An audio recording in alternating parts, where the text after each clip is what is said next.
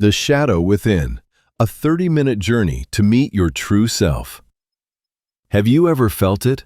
That sudden, inexplicable wave of anger that floods you over something trivial. That sharp, bitter pang of jealousy when you see someone else succeed, a feeling you quickly bury under a forced smile. Or perhaps it's a persistent feeling of being a fraud, a quiet anxiety that you are not who you appear to be, and that one day, everyone will find out. These are not random glitches in your personality. They are echoes from a part of you that you do not know, a part of you that lives in the dark. The great psychologist Carl Jung gave this part a name, the shadow. It is the sum of all that we have repressed, all that we have been taught to be ashamed of, all the parts of ourselves we have deemed unacceptable and locked away. We spend our lives running from it, pretending it isn't there. But what if the key to our wholeness, our creativity, and our most authentic life isn't in running faster, but in turning around to finally face it? Imagine your life as a great ship sailing across the vast ocean of existence. You are the captain, standing proudly at the helm, charting your course, managing your crew, presenting a capable and confident face to the world. This is your persona, the mask you show others. But on this ship, unbeknownst to your conscious mind, there is a stowaway. It has been with you since the beginning of your voyage. It lives deep in the cargo hold, in the darkness below the deck. This stowaway is your shadow. It is comprised of all the parts of yourself you were forced to abandon to be accepted on board. Your untamed anger, your raw ambition, your vulnerable needs, your wild creativity. You pretend it isn't there, but you feel its presence. You feel its weight slowing the ship down. You notice when the ship mysteriously veers off course in the middle of the night, an act of self-sabotage you can't explain in the morning.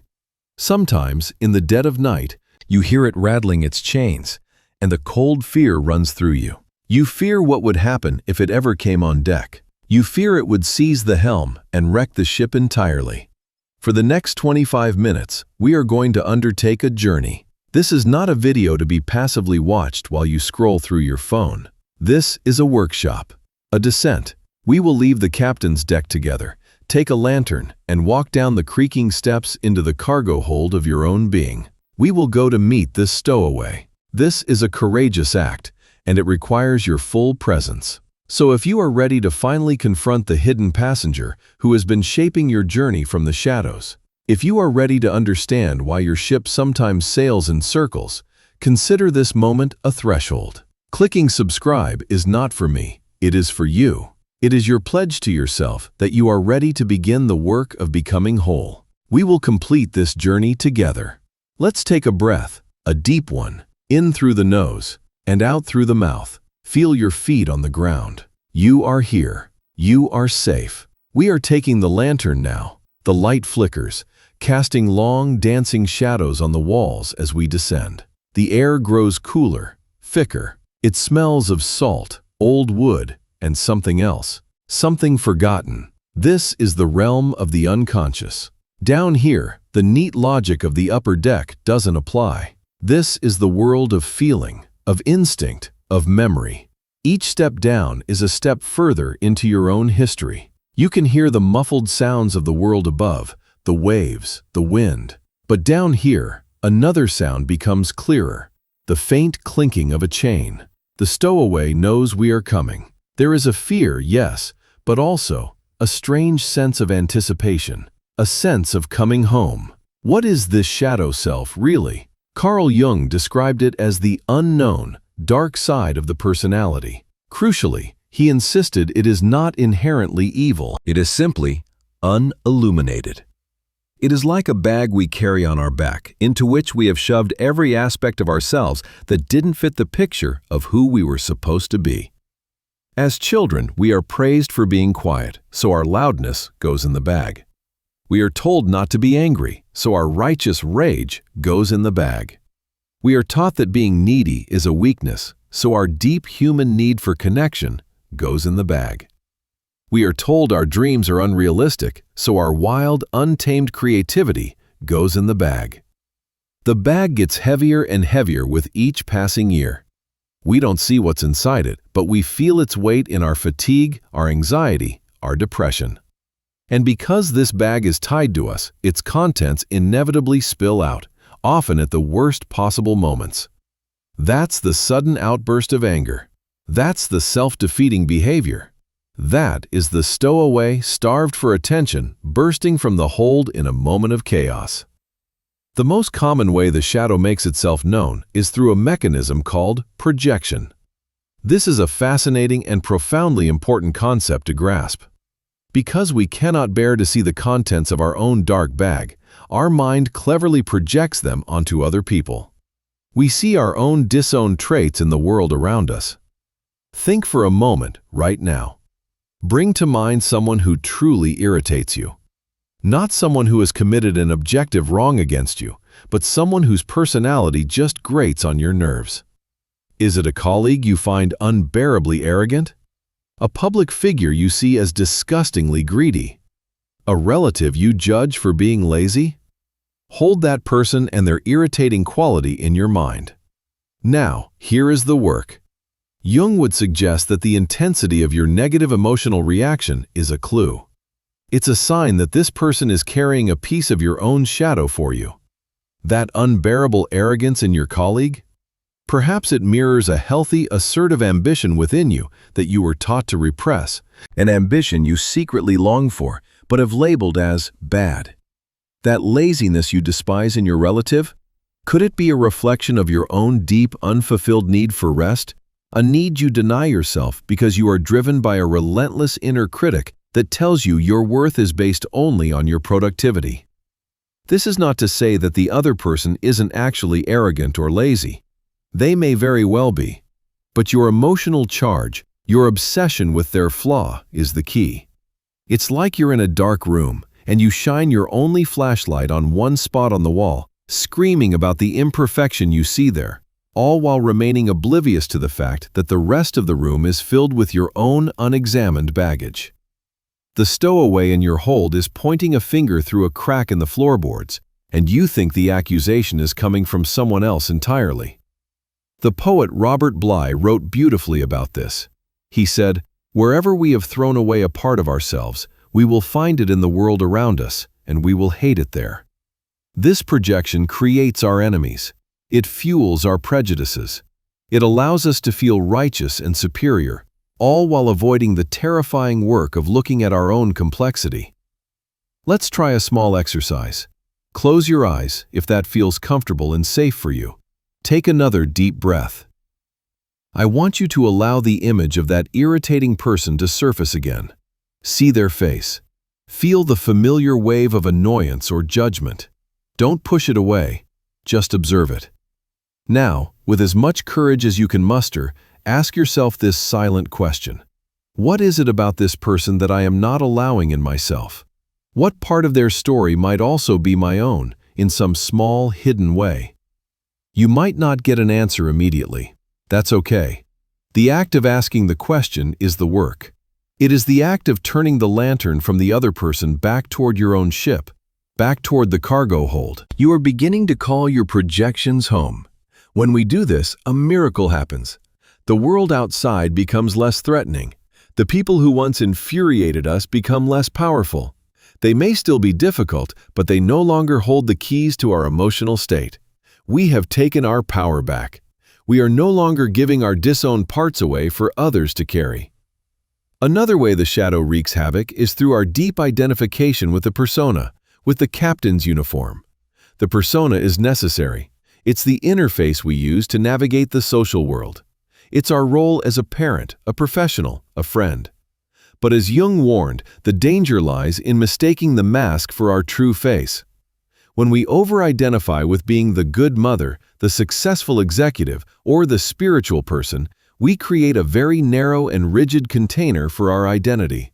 Everything that doesn't fit this pristine image, our anger, our doubt, our sexuality, our sadness, gets shoved down into the hold with the stowaway.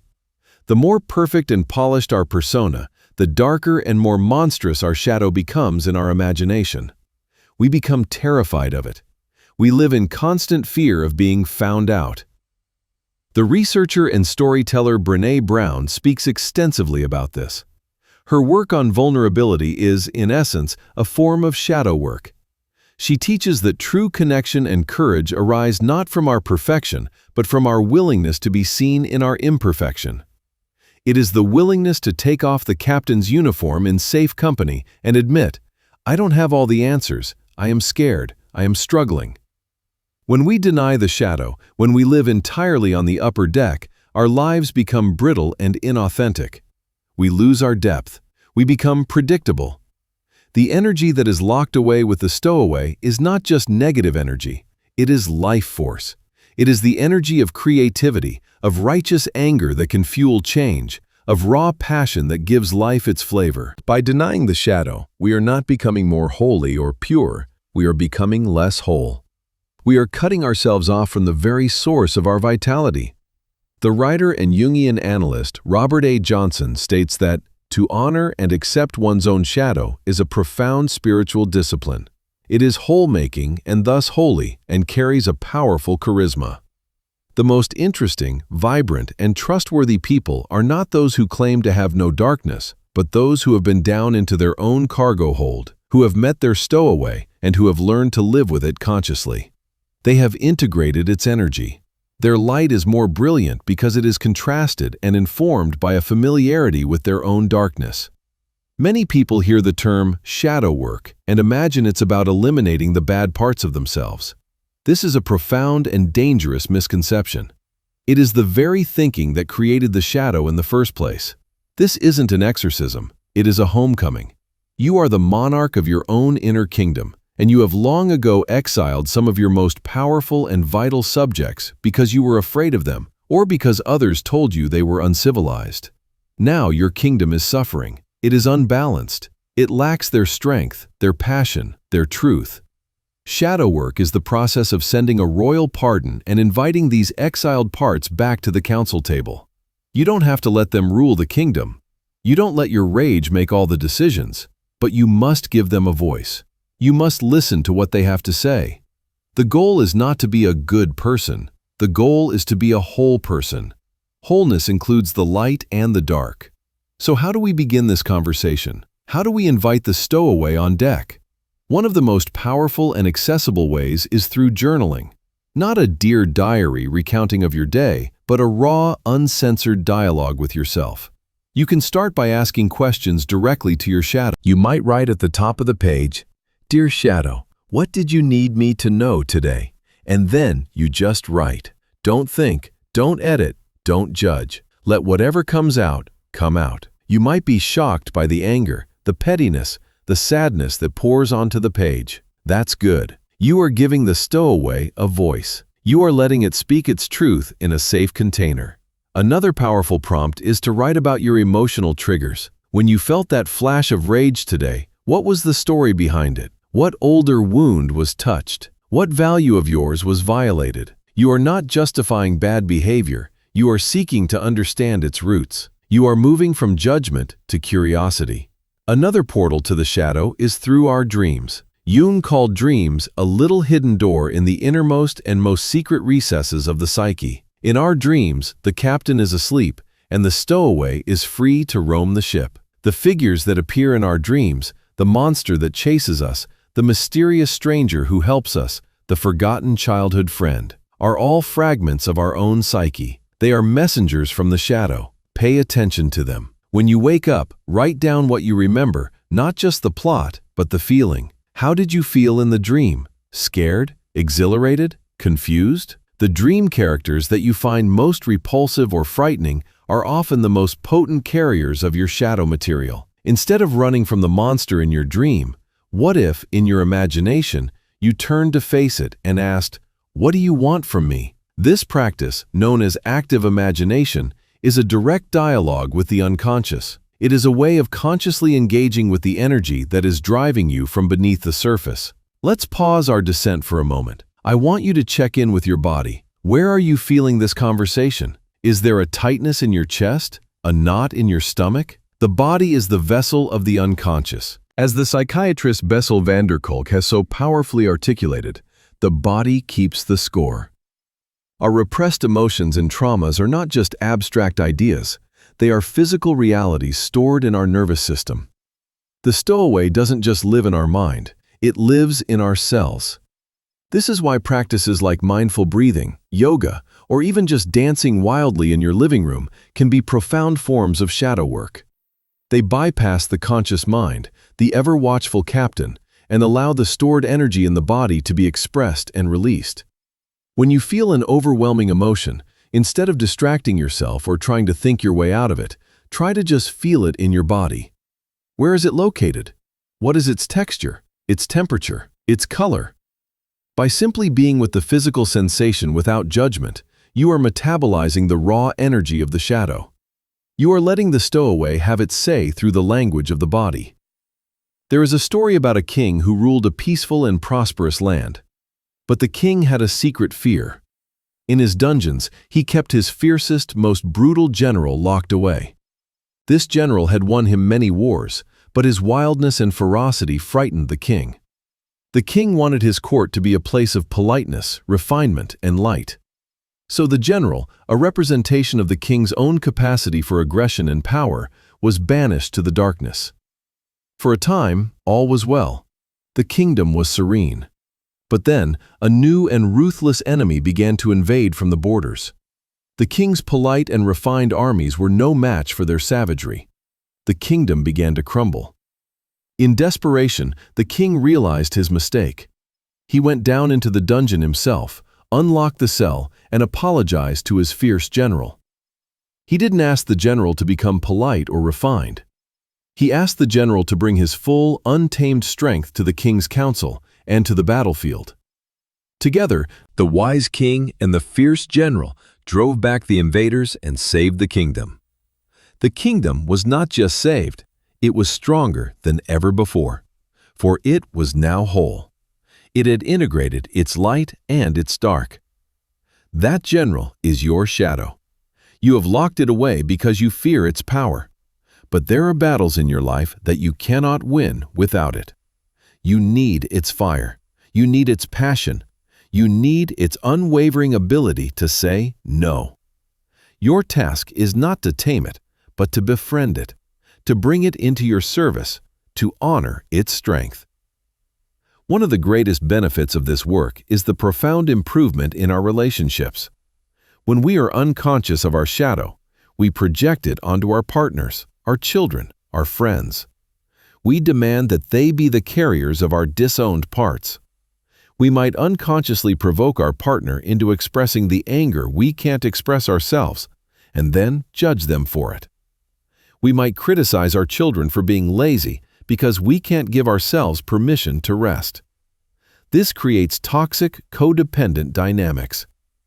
But when we start to do our own shadow work, when we take responsibility for our own darkness, we liberate the people around us.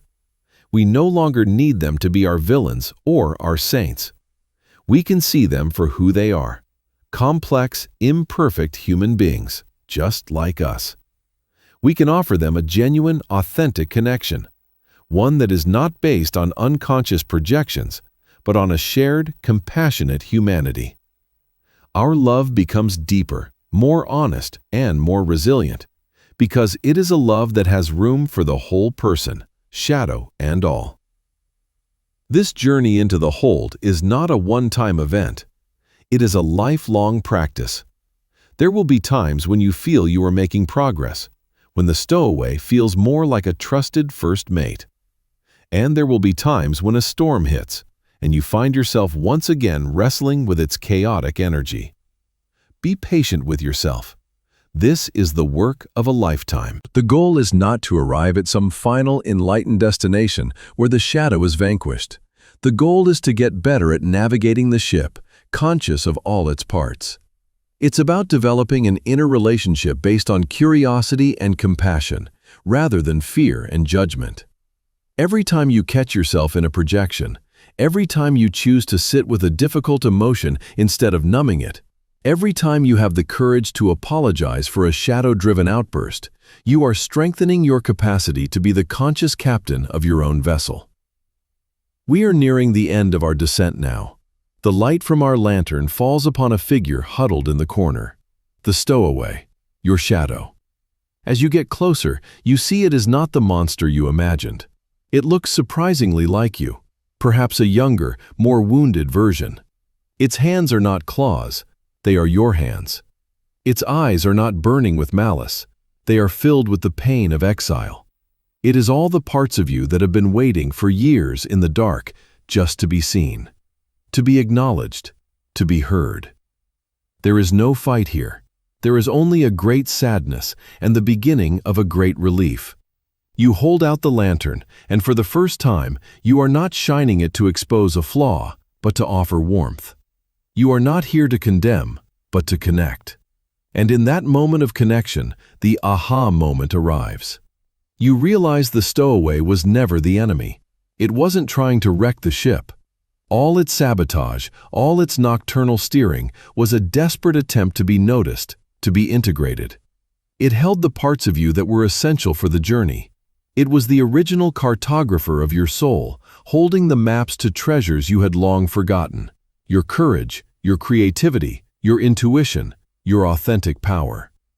The reason it kept turning the ship was because you, the captain, were sailing away from your true north, guided by the faulty maps of social expectation and fear. The stowaway wasn't trying to sink you, it was trying to steer you home. The chains around it were not forged by some external jailer, they were forged by your own judgment, and you hold the only key. The work now is not to banish it again, the work is to invite it up on deck. Not to take the helm, but to stand beside you, to feel the sun and the wind. The practice from this day forward is one of dialogue. The next time you feel that hot surge of envy, don't shove it down. Pause. Turn inward and ask, with genuine curiosity, "Hello, envy. I see you. What are you trying to tell me? Is there a desire in my own life that I have been neglecting?" When you feel the cold grip of shame, don't run. Pause. Place a hand on your heart and whisper, "Hello, shame. I feel you. What part of me is feeling unworthy right now? What part needs my compassion?" This is how you integrate the shadow. Not through a grand battle, but through 1,000 small moments of courageous, compassionate attention. You are transforming your relationship with yourself from one of adversarial control to one of loving partnership. Step out of the cargo hold now. Walk back up the stairs, leaving the door open behind you. Step onto the deck. The sun feels warmer, the colors of the sea and sky more vivid. You are still the captain, but you are not alone anymore. You have a new first mate, one who knows the deep currents of the ocean and the true map of your soul. Your journey is not about proving you are worthy. Your journey is an affirmation that you already are, in your entirety, in your magnificent and messy wholeness. The ship is no longer fighting the current. The captain and the once hidden companion are now at the helm together, navigating by a sky full of stars you had never noticed before. They are sailing not to a destination, but with a purpose. The journey itself has become the home you were always seeking. Your work awaits. Your life awaits. And most importantly, you await yourself.